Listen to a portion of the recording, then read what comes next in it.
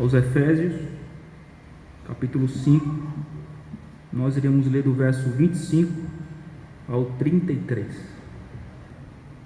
Diz assim a palavra do Senhor: Maridos,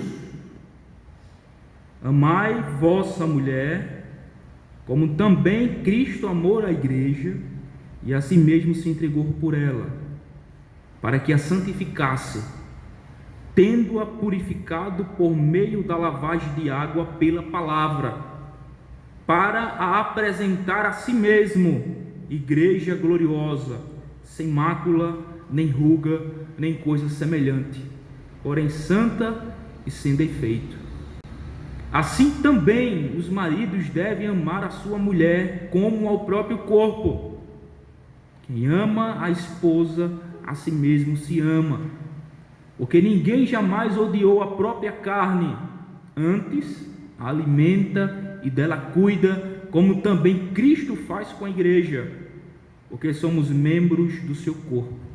Eis porque deixará o homem a seu pai e a sua mãe, e se unirá à sua mulher, e se tornarão os dois uma só carne.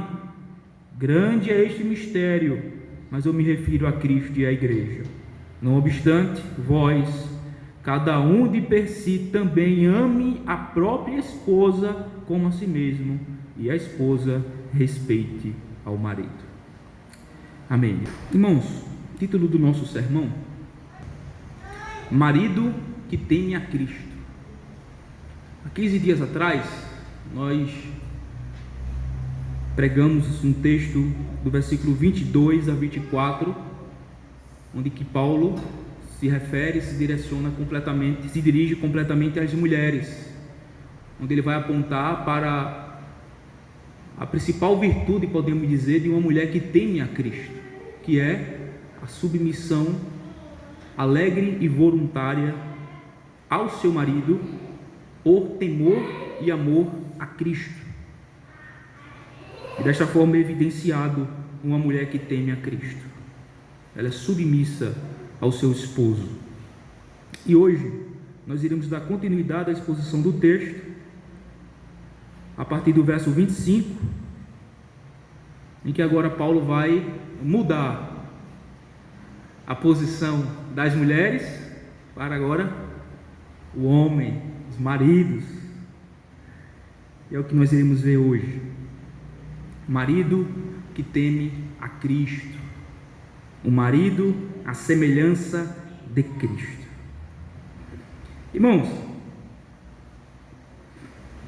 como no último sermão a gente deixou claro e estabeleceu como introdução e pano de fundo do nosso texto do sermão, é que o contexto vem a partir do verso 15 do mesmo capítulo 5, e podemos dizer que até mesmo todo o capítulo 5, todo o contexto, Paulo vai estar fundamentando e mostrando que essa característica agora dos crentes em Cristo Jesus é a consequência do fato da mudança que houve na vida deles, uma vez que outrora era filho das trevas e agora ele é filho da luz no Senhor. Portanto, deve andar como filhos da luz, como diz aí o capítulo 5,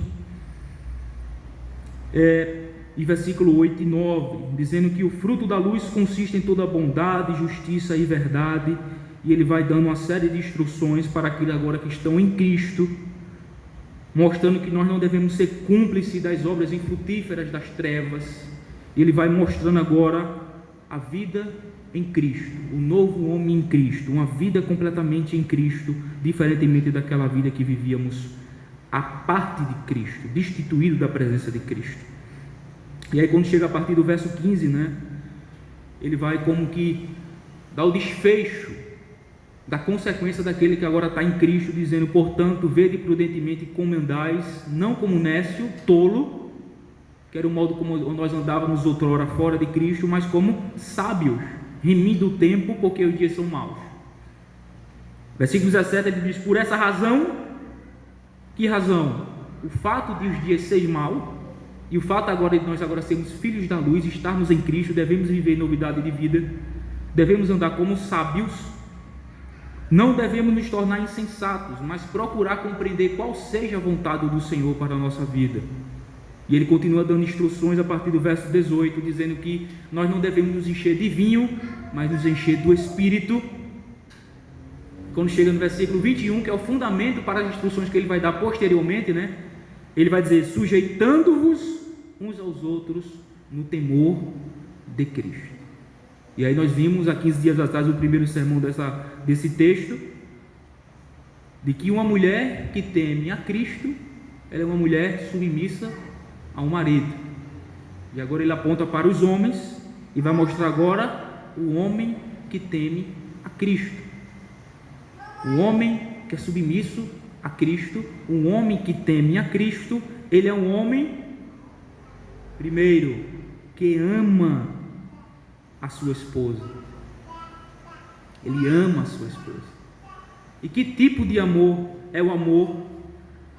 Ou de que tipo de amor, qualidade do amor o marido deve amar a sua esposa? A semelhança de como Cristo ama a igreja. Um amor incondicional, abnegado e sacrificial. É o que ele vai dizer no versículo 25, a primeira parte do verso 26. Vamos ver?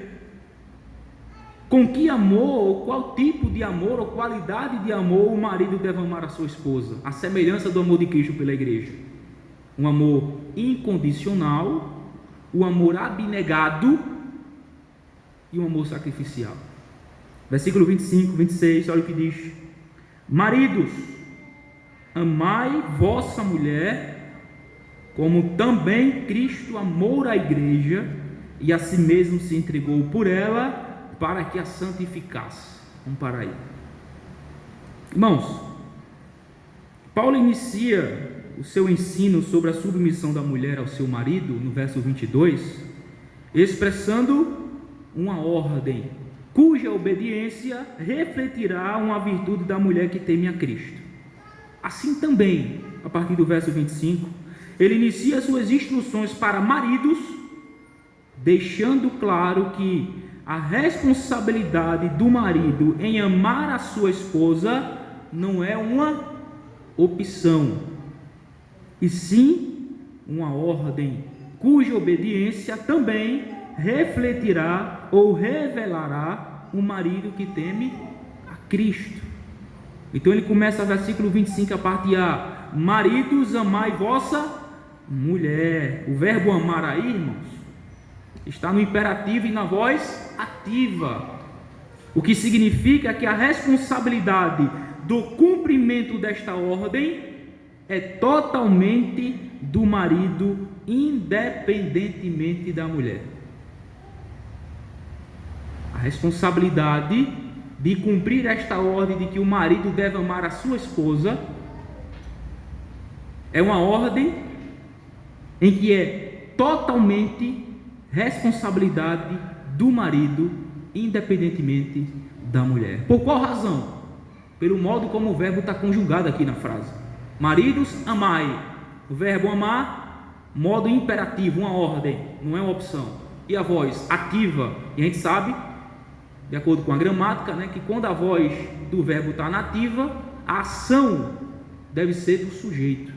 E o sujeito aqui na frase é o marido. Então o marido ele deve ativamente amar a sua esposa, independentemente da esposa. Independentemente da esposa. Irmãos, no casamento, o marido é uma figura de Cristo. E sua responsabilidade é o quê? Refletir Cristo em imitação a Ele no casamento. Talvez você talvez já tenha aprendido, mas essa é a realidade de um casamento. O marido no casamento, ele é o Cristo do casamento. Ele é uma figura de Cristo no casamento. E portanto é responsabilidade dele refletir Cristo em seu casamento, em imitação a Ele. Sendo assim, da mesma forma e com a mesma intensidade e qualidade que Cristo amou a igreja, o marido também deve amar a sua esposa. Vou repetir. Da mesma forma, com a mesma intensidade e qualidade que Cristo amou a igreja, o marido também deve amar a sua esposa. Agora a pergunta, para ficar mais claro para a gente que levanta, é o seguinte: como foi que Cristo amou a igreja? Como Cristo amou a igreja? Para que a gente possa saber como o marido deve amar a sua esposa. Então o texto diz, irmãos, no 25, parte B: como também Cristo amou a igreja e a si mesmo se entregou por ela. O marido, Cristo se entregou por ela. E a primeira coisa aqui que nós precisamos destacar do amor de Cristo pela igreja, que deve ser o nosso amor pela nossa esposa, é que o amor de Cristo pela igreja é um amor incondicional. Incondicional, isto é, não depende da igreja. Ele amou a igreja apesar da igreja. Nós iremos ver isso aqui. Irmãos, as escrituras é clara, irmãos, em nos ensinar quem são os objetos do amor de Cristo.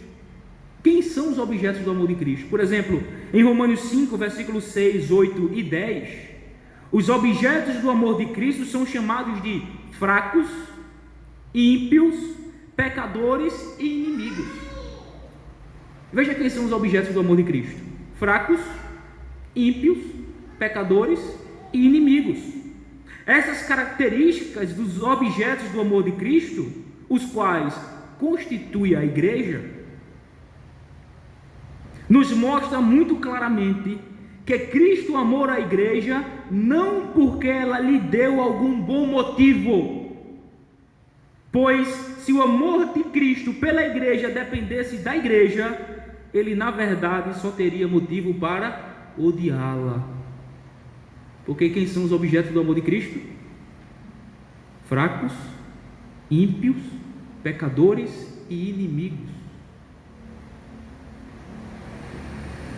Mas as escrituras é clara, irmãos, em nos ensinar que ele amou a igreja, e se Cristo amou a igreja, ele amou a igreja apesar da igreja, isto é, com um amor incondicional. Um amor incondicional. A Bíblia não ensina que Cristo correspondeu ao amor da igreja por ele, mas ao contrário, é a igreja que corresponde o amor de Cristo por ela, pois a Escritura nos diz, irmãos, que nós o amamos porque ele nos amou primeiro. Veja, por que a igreja ama a Cristo? Porque Cristo a amou primeiro, e em correspondência a esse amor de Cristo por ela, ela passou a amá-lo, quando entendeu e compreendeu o seu grande amor por ela, ao ponto de se entregar por ela. Portanto, irmãos, fica claro que Cristo amou a igreja apesar da igreja, o que constitui um amor incondicional, e é exatamente desta forma que também o marido deve amar sua esposa. Pois é, homens. Pois é. Mas pastor, minha mulher é insubmissa, é brava, é ignorante, é rebelde, é preguiçosa, e dá um bocado de adjetivos à mulher, de qualidades negativas ou pejorativas, como sendo um modo de se justificar a sua falta de amor por ela. Mas a palavra de Deus está me dizendo a você nesta noite: o seu amor pela sua esposa deve ser apesar dela, porque o amor que Cristo amou à igreja é um amor incondicional. A igreja não deu nenhum bom motivo para que ele a amasse, mas ele a amou apesar dela. Assim também o marido deve amar a sua esposa apesar dela, independentemente das suas qualidades, independentemente das suas características, independentemente se ela é ou não é uma boa esposa, se ela é ou não é uma boa companheira, se ela é ou não é uma boa auxiliadora, conforme as escrituras diz, se ela é ou não é submissa a você. Seu amor por ela é apesar dela. Apesar dela. Como é que você tem amado a sua esposa? você tem esperado ela fazer algo de bom para que você corresponda a esta bondade dela para com você? Se a resposta é sim, você está errando. Você não deve esperar nada de bom dela. Você não deve esperar que ela faça algo que justifique o seu amor por ela. Mas apesar dela, você deve amá-la, independentemente de quem ela é, qual é o seu caráter, qual é a sua personalidade, quais são os seus atributos, suas características, suas qualidades. Assim como Cristo amou a igreja. É um amor incondicional. E o objeto do amor de Cristo, os quais constitui a igreja, quem é? Fracos, ímpios, pecadores, inimigos.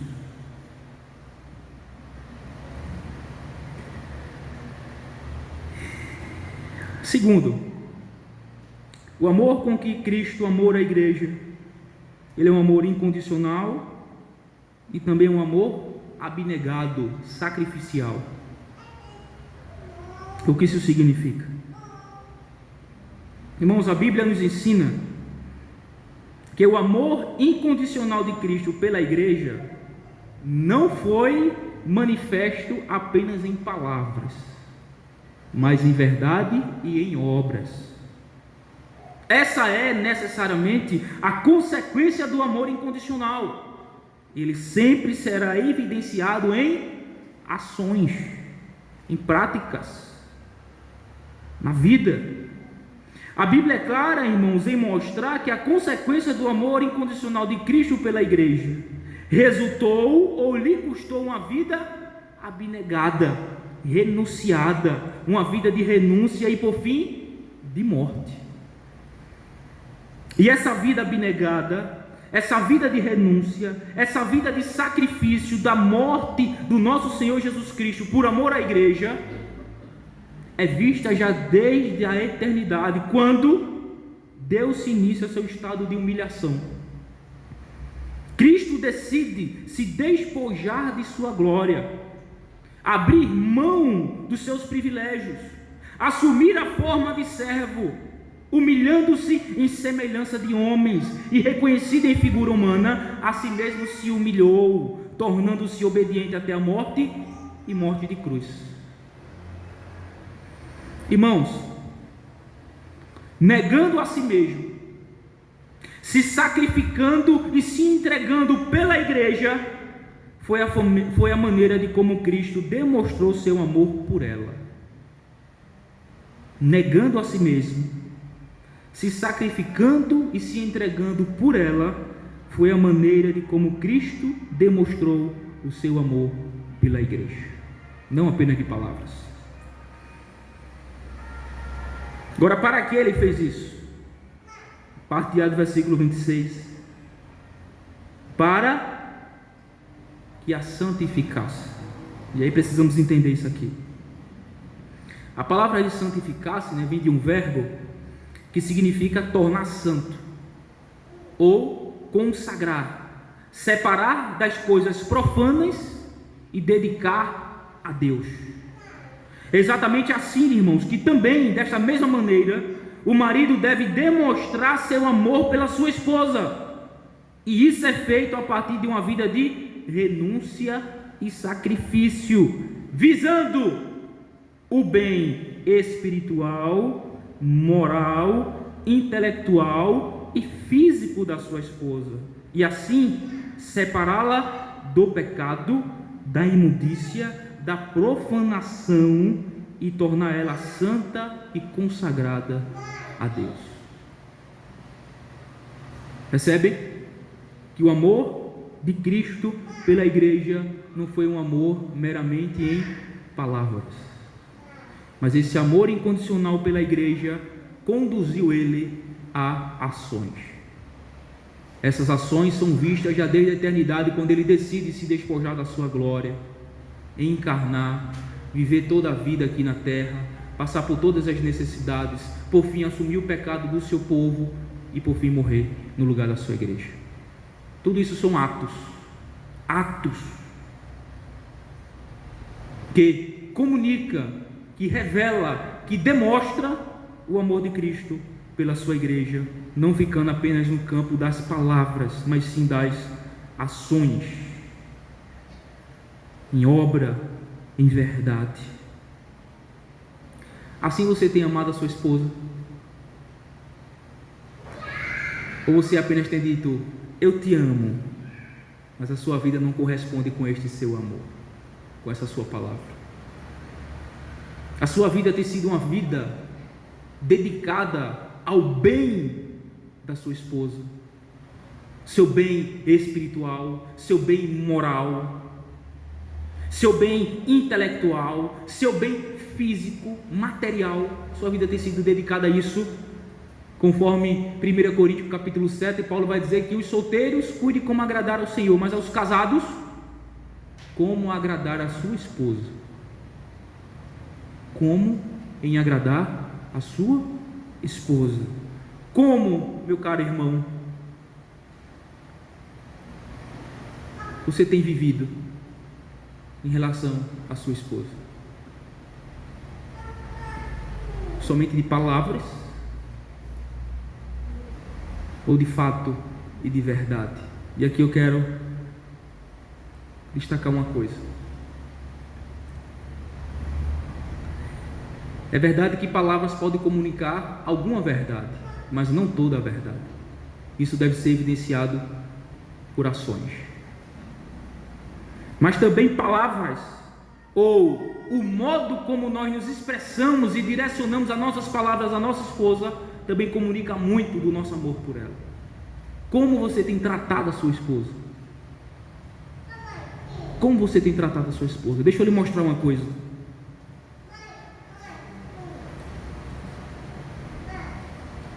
Em Cantares, no capítulo 1, no verso 16,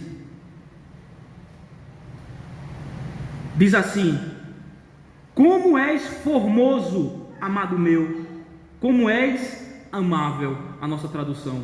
Existe uma outra tradução que traduz formoso por gentil e traduz amável por agradável. Uma tradução possível desse texto também, e acredito que comunica melhor o que é que Salomão quer dizer nesse texto. Evidentemente, Cantares é um livro poético que vai mostrar aí o relacionamento do homem, do marido, do esposo com a sua esposa, do amado e da amada. E isso é um tipo de Cristo e a igreja. E essas palavras do verso 16 são palavras da amada em relação ao seu amado. Então a amada está dizendo a ele assim: como és gentil, amado meu, como és agradável. Isso aqui mostra e comunica o modo como o esposo deve tratar a sua esposa, o modo como ele deve se relacionar com ela, como ele deve tratar ela, como ele deve dirigir palavras a ela. De que modo? Gentil e agradável. É o que a esposa está dizendo em relação ao amado dela: meu amado, tu és gentil, tu és agradável. E se você ver o versículo 15, veja o que ele está dizendo a ela: eis que é formosa, ó querida minha, eis que és formosa, os teus olhos são como os das pombas. Ou seja, ele está fazendo elogio a ela.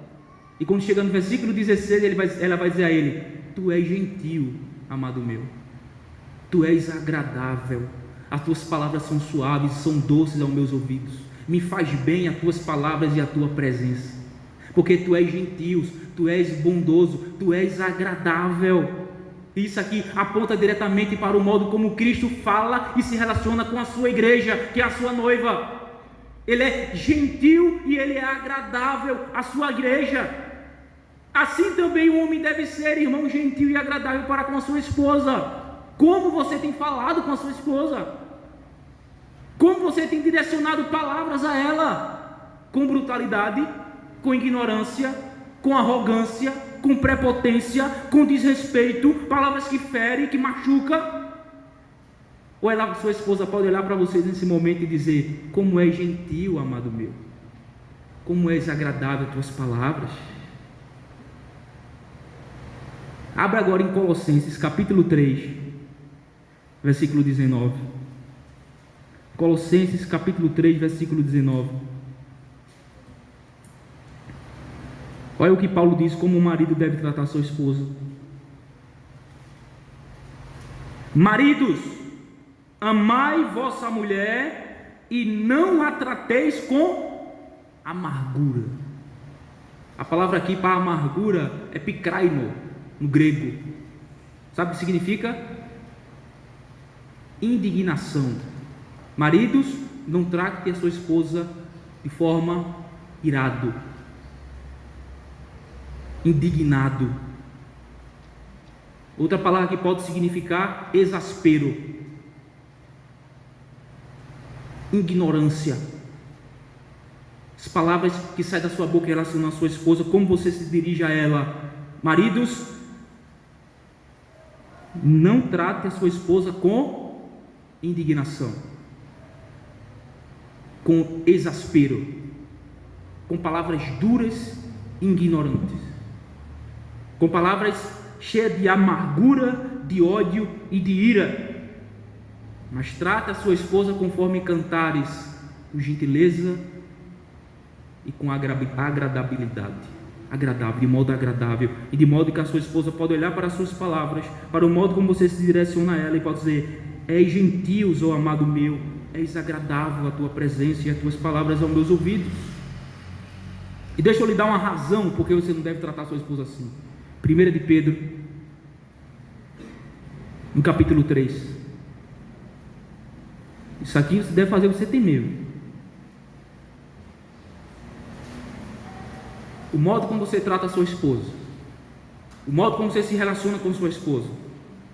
Qual é a razão do fato de eu devo tratar minha esposa com brandura, com gentileza, de modo agradável, suave, educado, amoroso, gracioso, assim como Cristo trata a igreja? 1 de Pedro capítulo 3, versículo 7. Maridos, vós igualmente vivei a vida comum do lar, com discernimento, e tendo consideração para com a vossa mulher como parte mais frágil. Considere a sua esposa como sendo o vaso mais frágil. A sua esposa não suporta o quanto você suporta. A sua esposa não é tão forte mentalmente quanto você é, emocionalmente quanto você é, fisicamente quanto você é. Trate ela como parte mais frágil. Tratai-a com dignidade, porque sois juntamente herdeiro da mesma graça de vida. Agora eu quero dar ênfase nesse último pedaço aqui, presta atenção nisso. Por que eu devo tratar a minha esposa conforme a Escritura está dizendo que eu devo tratar? Amando, como uma expressão do meu amor por ela, assim como Cristo ama a igreja, com gentileza, de modo agradável, com bondade, com amor, com graça. Veja o finalzinho. Para que não se interrompam as vossas orações. Lá em Recife, quando a gente estava só entre os homens, somente nas quarta-feiras, e aí chegava o momento da gente fazer as orações, a gente brincando, né, evidentemente, a gente olhava um para o outro e dizia assim: e aí, como é que está em casa? Como é que está em casa com a esposa? Não, está bem, então tu pode orar. Por quê? Para que não sejam impedidas as vossas orações. Você já pararam para pensar nisso? Que o modo como você trata ou vive com a sua esposa pode ser causa das suas orações não chegar aos ouvidos de Deus. Se você está brigado, indignado, injuriado, a despreza, a trata mal, fala com ela com ignorância, com desprezo, com desdém. Pedro está dizendo: viva a vida comum no lar, tenha consideração com a vossa mulher como a parte mais frágil, trate ela com dignidade, porque vocês são herdeiros da mesma graça. Por quê, Pedro? Para que não sejam impedidas, interrompidas as orações de vocês.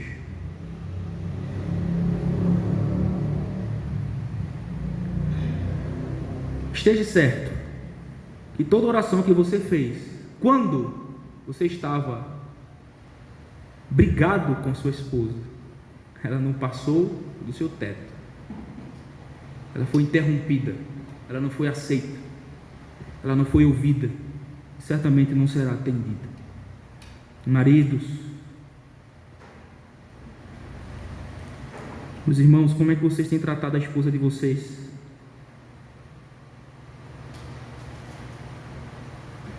Como vocês têm demonstrado o amor de vocês por ela? A tratando mal, a tratando com ignorância, a tratando com desrespeito? Será que ela pode olhar para você nessa noite e dizer: és gentios, meu amado, és agradável, suas palavras são doces, são suaves, faz-me bem? Ou você tem tratado a sua esposa com amargura, com indignação, com ira, com ódio, com desprezo e desdém? Não faça isso, porque essa não é o modo ou a forma como Cristo trata a igreja. Estamos caminhando para o final. Eu acho que não vai dar nem para chegar no verso 28, mas vamos lá. O amor incondicional de Cristo pela igreja, ele não é um amor demonstrado em um único ato, mas é um amor demonstrado continuamente. E é exatamente dessa forma que o marido deve amar a sua esposa. Não demonstrar apenas em um ato, mas demonstrar continuamente no dia a dia. Veja versículo 26, a parte B. Tendo-a purificado por meio da lavagem de água pela palavra. Tendo-a purificado por meio da lavagem de água pela palavra. Meus irmãos, o verdadeiro amor, que é o amor com que Cristo amou e continua amando a igreja, e que é o mesmo amor com o qual o marido deve amar a sua esposa, não é demonstrado com uma única ação ou com um único ato. As Escrituras nos ensinam que Cristo não demonstrou seu amor pela igreja com uma única ação. Não. É um fato que o ápice, o ponto alto da demonstração do amor de Cristo pela igreja seja a cruz. Isso é um fato. Todavia, o amor de Cristo pela igreja é demonstrado não apenas pela cruz, mas por todas as suas ações e atos ao longo de toda a sua vida terrena.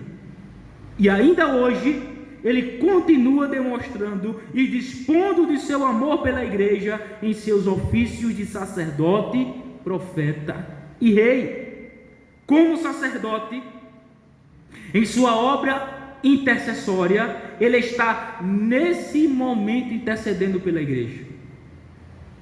Veja, a gente já estudou isso aqui. O ofício sacerdotal de Cristo se dá de duas maneiras. Como ele cumpre o seu ofício sacerdotal? Em sua obra expiatória e sua obra intercessória. A obra expiatória está concluída, só que ele continua exercendo o seu sacerdócio como? Em sua obra intercessória. Ele continua diante de Deus intercedendo pelo povo dele, conforme Romanos 8:34. Ele está à destra de Deus e intercede por nós. Como profeta, ele está nesse momento edificando e santificando a igreja por meio da palavra. Toda vez que a palavra de Deus está sendo pregada fielmente, Cristo está exercendo o seu ofício de profeta. Isso que está acontecendo aqui agora, se é que a palavra de Deus está sendo exposta fielmente, é Cristo falando com a igreja. Ele está exercendo o seu ofício de profeta. E como rei, ele está nesse momento governando, liderando e orientando a igreja através dos seus decretos, a fim de que a igreja viva como convém aos cidadãos do reino, que é segundo as leis do seu glorioso reinado. Então o texto nos diz, irmãos, 26b, tendo purificado por meio da lavagem de água pela palavra. A expressão aí, irmãos, tendo purificado, é uma única palavra no grego.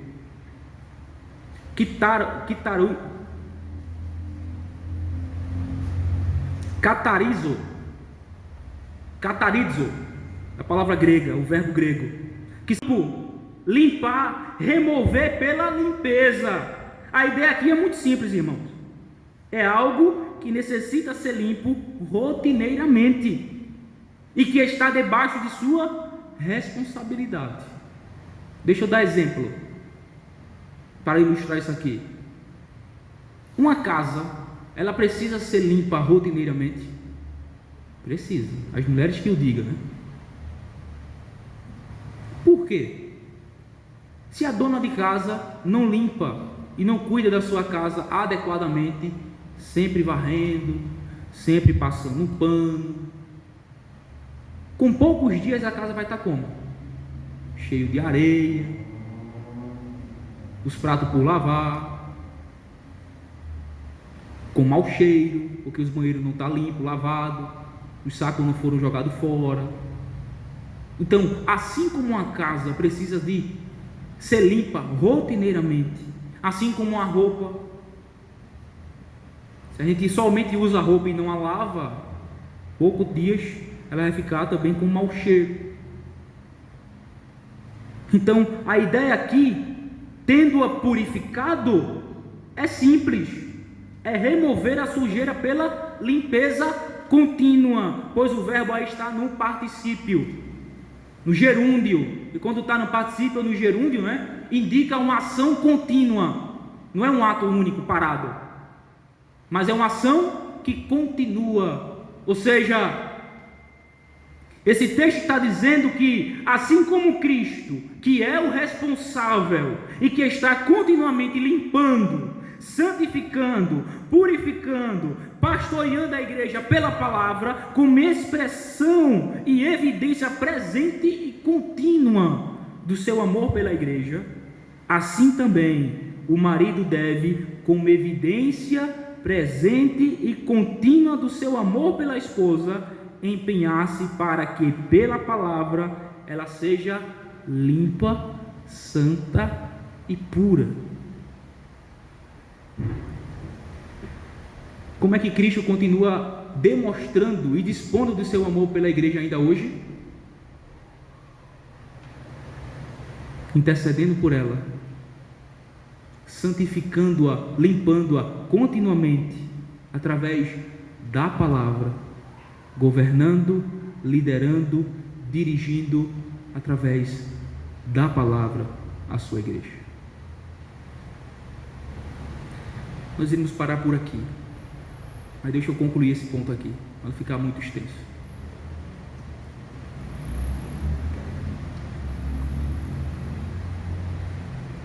Compreende 4 coisas do que Cristo é para a igreja. Ele é sacerdote, ele é o profeta, ele é rei, e nesses 3 ofícios ele cuida e provê para a igreja o que é necessário. A essa semelhança de Cristo, o marido deve ser para a sua esposa. É de total responsabilidade do marido santificar a sua esposa. Deixa eu destacar isso aqui. Presta atenção. Não é responsabilidade de pastor pastorear sua esposa. A responsabilidade do pastor é pastorear a igreja como um todo. E que a partir do ensino, da pregação, os maridos são abastecidos para pastorear a sua casa, sobretudo a sua esposa, seus filhos. Portanto, é de total responsabilidade do marido, irmãos, pastorear a sua esposa. E esse pastoreio se dá de que forma? A partir do ofício sacerdotal do marido sobre a esposa, a semelhança de Cristo. Ele deve interceder pela sua esposa. Você tem orado pela sua esposa? Você tem intercedido por ela assim como Cristo intercede pela igreja? Você tem de joelhos diante do Senhor clamado em favor da sua esposa, orado por ela, intercedido por ela, pelos seus pecados, pelas suas fraquezas, pelas suas deficiências, e pedindo para que Deus mude ela, transforme ela, restaure ela? Esse é o seu papel. Você é o sacerdote do lar, o sacerdote dela. Você deve interceder por ela, assim como Cristo agora, nesse momento, intercede pela igreja. Segundo, você tem santificado, purificado a sua mulher, assim como Cristo santifica e purifica a igreja através da palavra, como diz o versículo 26, né? Tendo-o purificado por meio da lavagem de água pela palavra. Você tem, homem, maridos aqui presentes, aberto as escrituras e ensinado a ela? Isso você pode fazer de várias formas, culto doméstico, né, que engloba também os filhos, ou até de forma particular, que ainda é mais eficaz e melhor. Ler a Bíblia com ela, orar por ela como sacerdote, interceder por ela e orar com ela, juntos, e santificá-la, instruí-la, ensiná-la através das Escrituras, corrigindo os seus erros, sendo o profeta dela, como Cristo é o profeta da igreja. Você tem feito isso? Tem santificado, tem purificado a sua esposa através das Escrituras, ensinando a ela diligentemente e continuamente nas Escrituras, tratando dos seus erros, dos seus pecados, das suas dificuldades, animando, instruindo, exortando através das Escrituras. Essa é a sua responsabilidade, viu? Não é minha não. Minha responsabilidade é essa, como pastor. É quando toda a igreja, homem, mulher, menino, periquito e papagaio se junta. E a palavra de Deus é pregada, é ensinada. E cada um de vocês, nos seus respectivos chamados, homem como marido, como um trabalhador, como pai, mulher como mãe, como esposa, como dona de casa, os filhos como os filhos, como estudantes, saber como andar de modo digno do Evangelho em suas vidas pessoais. Terceiro, você tem sido o rei da sua esposa? Cristo é rei, governa a sua igreja por meio da palavra e do Espírito Santo que habita nela. Como? Estabelecendo seus decretos reais, a fim de que a igreja possa saber como andar de modo digno do Evangelho, do reino, como cidadão dos reinos, governando, liderando, conduzindo, encabeçando e liderando a sua esposa e a sua família, não esperando que a sua mulher tome a dianteira das coisas, mas liderando, conduzindo a sua família no temor do Senhor. Você tem feito isso? E a quarta coisa é provedor. Pelo que eu conheço os irmãos aqui da igreja, isso é um ponto que eu estou despreocupado, porque eu sei que são homens trabalhadores.